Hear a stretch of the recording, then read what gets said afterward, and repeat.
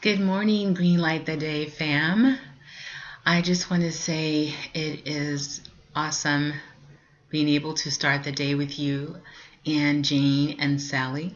And I wanted to tell you that your comments are inspiring and reflective, so keep them coming. And yes, share. This is pure love, so share this with everyone.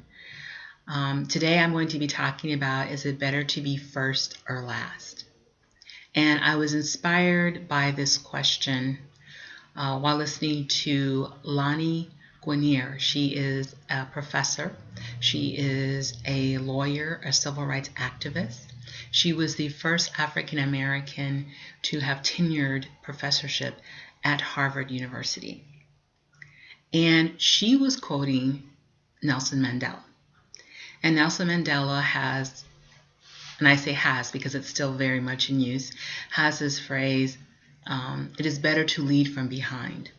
Now, I know some political people have kind of twisted that, but I want to think about what he was saying in its purest form. He gave the example of a shepherd.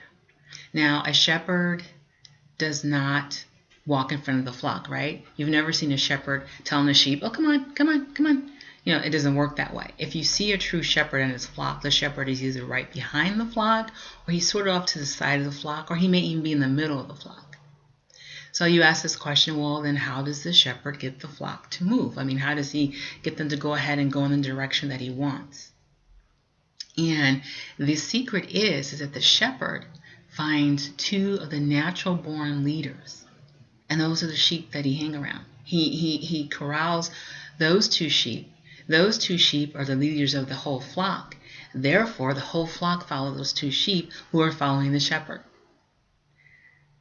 It's amazing, right? So Professor Guinier was using this example. This past week was Dr. Martin Luther King's birthday. And so a lot of people are focused on civil rights and how this has affected us as a country. And she was talking about those who led that we may not have even heard about. So let's start with Rosa Parks. And this is not to take away from what anything Rosa Parks has done. But before she boycotted, or before she refused to give up her seat, two other women did it. Did you hear about those two women? Why did you wind up hearing about Rosa Parks and not the other two women? Well, when Rosa Parks refused to give up her seat and got arrested, it was a Thursday night. She, of course, had friends and knew people, and one of those friends was Joanne Robinson. And Joanne Robinson was a school teacher, and she immediately went to the school and began making copies. This was like over at least 40 years ago, right? So they didn't have like a copy machine. They had to do everything by hand. So she and some other ladies or people did 18,000 copies by hand and distributed these copies to the Black community in Birmingham. Well, by that Monday or Tuesday when Rosa was released, or through processing, the city was boycotting the bus company. And that made national headlines. But we never heard about Joanne, at least I had never heard about Joanne Robinson. Or let's take an example of Dr. Martin Luther King. And once again, not to take away from what he did. He had won the Nobel Peace Prize in 1964. And he had a meeting with President Lyndon Johnson. And, sitting down with him and saying, there's so much more we got to do. We really need to get on this voting issue, because if we can't get people to vote and have equal access to representation, then how can we say this is a truly democratic country? And President Johnson was like, yeah, not now. You kind of had your turn on the spotlight. Go back, go away. Well, King, he went back to doing his thing.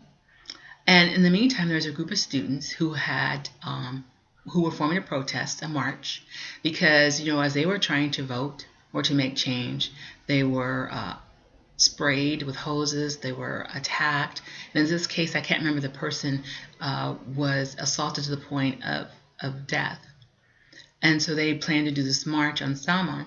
And every time they got ready to do it, something happened, right? They couldn't get enough resources. They couldn't get as far as they wanted to go. Well, so in steps in Dr. King. He is able to not go all the way. Sorry about that. Not go all the way, but he is able to go to a certain point. He kneels down and he prays, and then he goes back and he prays at the other side. Makes national headlines, gets the attention of why do I want to call him Doctor? President Johnson, and President Johnson then again, with legislation, sweeps in the Voting Rights Act of 1965. But we don't hear about those students who started that march. So my point in all this is, we can be leaders at any time. We don't have to be the most assertive, the most popular one. We don't have to be the one in the front.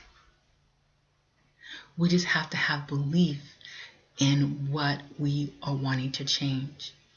And it could be something simple. We can lead by example for our kids, for our coworkers, for our community.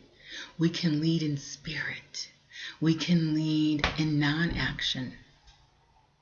You know, how many times have you wanted to change something, but you thought, oh, I can't do this all by myself. You know, it's my idea. I want to develop it and be in charge of it.